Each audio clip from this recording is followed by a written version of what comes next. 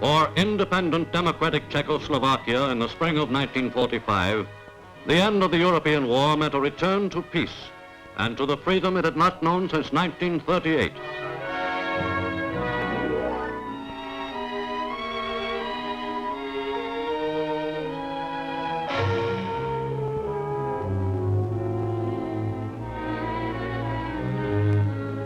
But already symbols of Czechoslovakia's powerful neighbor to the east, Russia, were reminders of the Soviets' ever-increasing domination. And in the elections in May of 1946, the Communists, although winning little over a third of the popular vote, became the largest single political party. Thus, the Communists were able to put their leaders in key positions, and Moscow-trained communist Clement Gottwald was installed as Czechoslovakia's prime minister.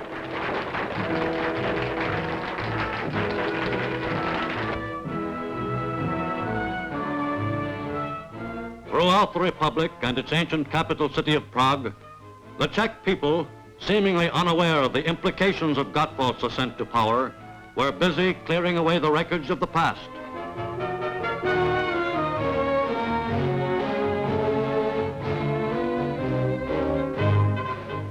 Reminders of the sorrowful years of the Nazi occupation were everywhere in the city streets.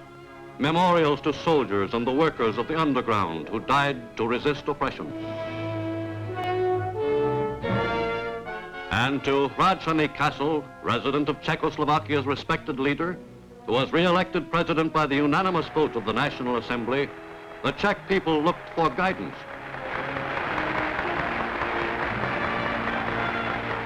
For able, experienced Edvard Beneš had seen many governments come and go, but he well knew that the task of maintaining the delicate balance upon which his country's independence rested might prove the most demanding of his long career. For the post-war Czechoslovakia he led was all but surrounded by Russia and Russian-dominated territory. Only through the American zone of Germany did the nation look out upon the West. Even before the war's end, Beneš knew that Czech foreign policy would have to be strongly oriented toward Moscow. Accepting this basic fact, he made a mutual assistance treaty with Russia, and later ceded to it the province of Ruthenia, mainly inhabited by Ukrainians. On his return to Prague in 1945, after more than 6 years of exile, Beneš was greeted as a hero by his people.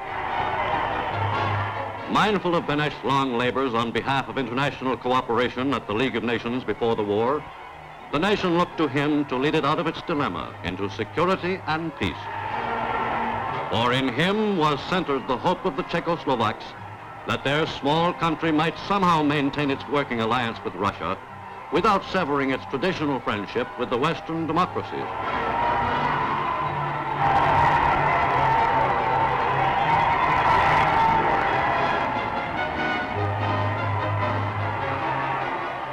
Already, Edvard Beneš had seen Czechoslovakia through many disasters and sorrows.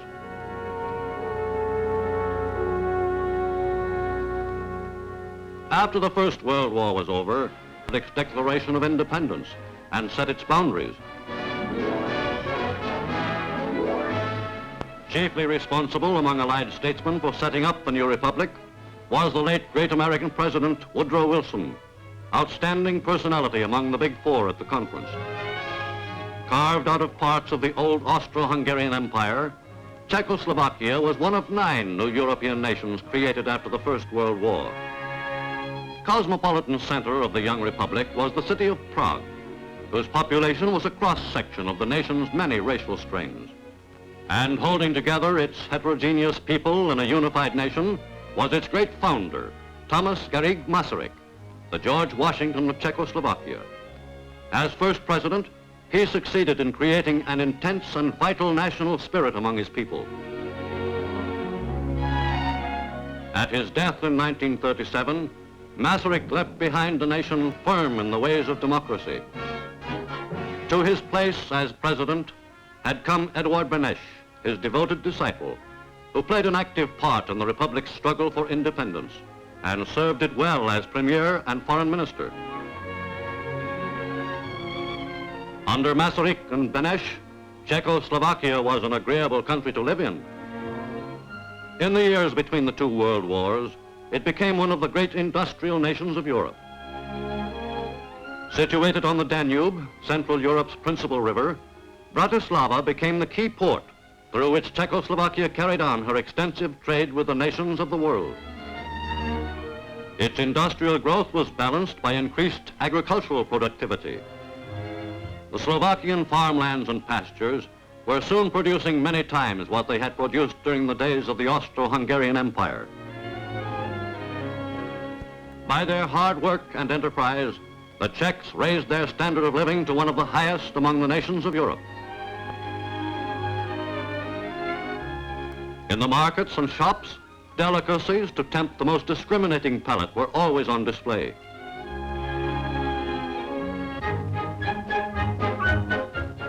In its prosperity, Czechoslovakia felt secure and happy.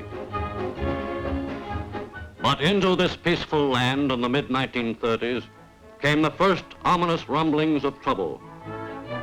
In the Sudeten area of Czechoslovakia, over 2 million Czech citizens of German origin were hailing the rise of Nazism just across the German border. Spurred on by Hitler's stooges like sinister Konrad Henlein, the people of the Sudetenland were roused to frenzied support of the Nazis. Betraying their own country, the Sudeten Nazis demanded that the Sudetenland be handed over to Hitler. At the Munich conference in the dark days of September 1938, the Western powers abandoned Czechoslovakia and in a final attempt to appease Hitler, agreed to her petition.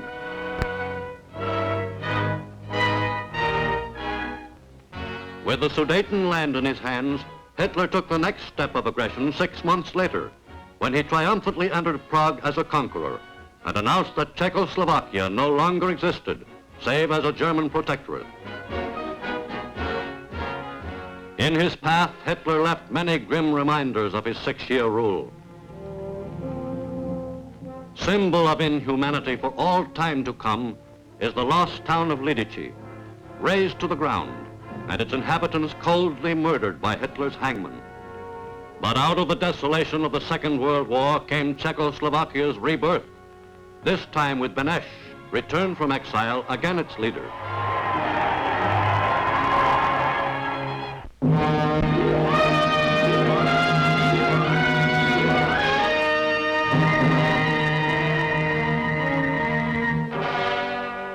In the spring of 1946, the campaign to elect Czechoslovakia's first post-war parliament got underway. Among all major parties, it was understood in advance that in the interests of national unity, a government should be formed in which each party would be represented. To the Czechs, the democratic election procedure was nothing new, for their nation had been one of the most progressive democracies of the pre-war world. In this election, every citizen over 18 was required by law to vote. Over 7 million went to the polls.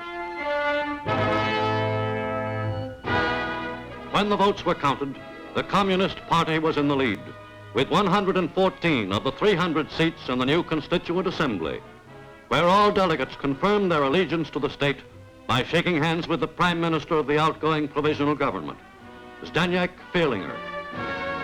As the new Prime Minister, Communist Klement Gottwald prepared to head the coalition cabinet.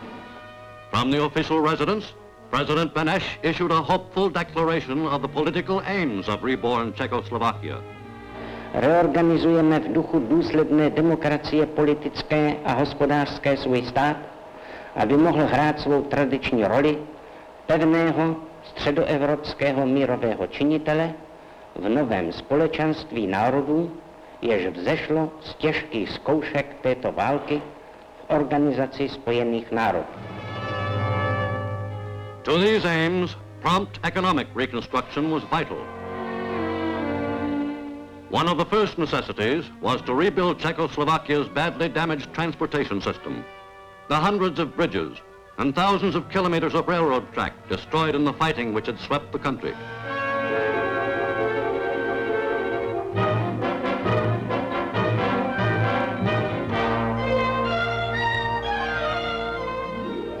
To compensate for the manpower shortage, Every able-bodied Czech donated part of his spare time.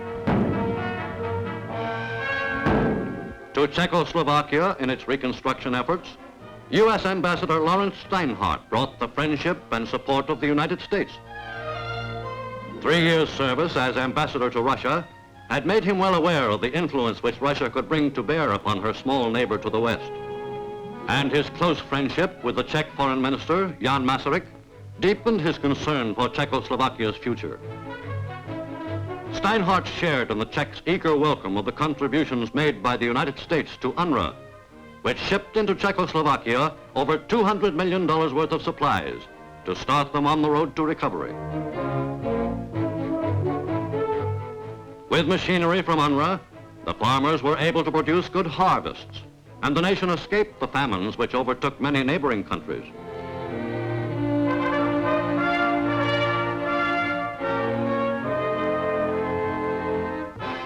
Cattle from American ranges were fattened and multiplied on the fertile plains of Bohemia. The work of rehousing the thousands who lost their homes in the war was fast advanced, and Czechoslovakia extended its system of low-cost housing, which before the war was one of the most progressive in Europe. High priority in the task of economic reconstruction was given to the work of restoring mills and factories to enable Czechoslovakia to regain her pre-war position as the industrial leader of Central Europe. Aided by labor of war prisoners and careful salvage, the restoration of the nation's industry was progressing fast in the first 2 years of peace. But to the nation's economic life, the post-war order brought great changes, for by one of the first post-war decrees, nearly all key industries were ordered nationalized. State property was marked on all large factories, and workers' councils ran them under state-appointed managers. Though handicapped by a lack of business experience and by labor shortages, the managers were able to keep production at a high level. The biggest of all the nationalized industries, the world-famous Škoda Works, sent a substantial share of its output to Russia, which already had a decisive voice in Czechoslovakia's economic affairs.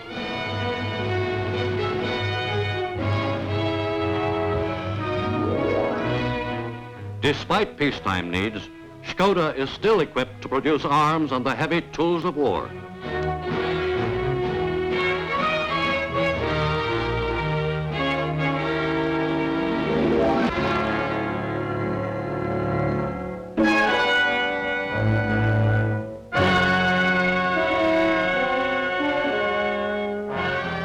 Ever since the end of World War II, Russia's interest in Czechoslovakia had increased steadily, following a pattern all too familiar to the peoples of Eastern Europe. Before the week of sustained crisis in February 1948, Communist Premier Gottwald had taken aggressive action in his campaign to turn the country into a communist state. Through a series of carefully plotted communist moves throughout the Republic, Gottwald marshaled his strength to force the resignation of anti-communists from the government.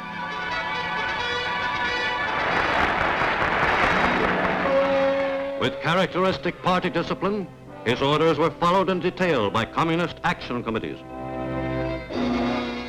And to demonstrate his strength and purposes, his henchmen threatened a nationwide token strike.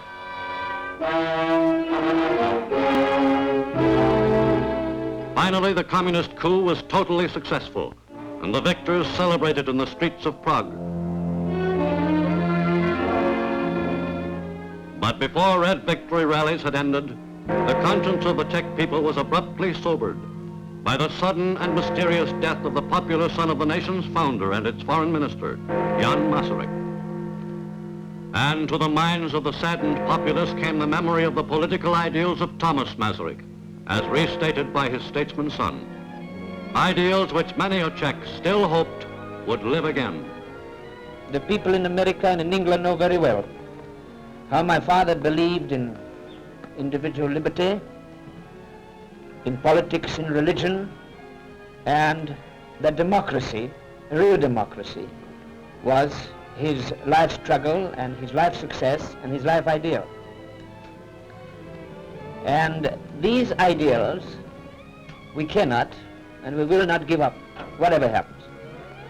Our conscience is clear, and we're looking to the next days and weeks, quietly, without much excitement, but with firm determination in our hearts, not to give up the only ethical values which will save Europe in the end.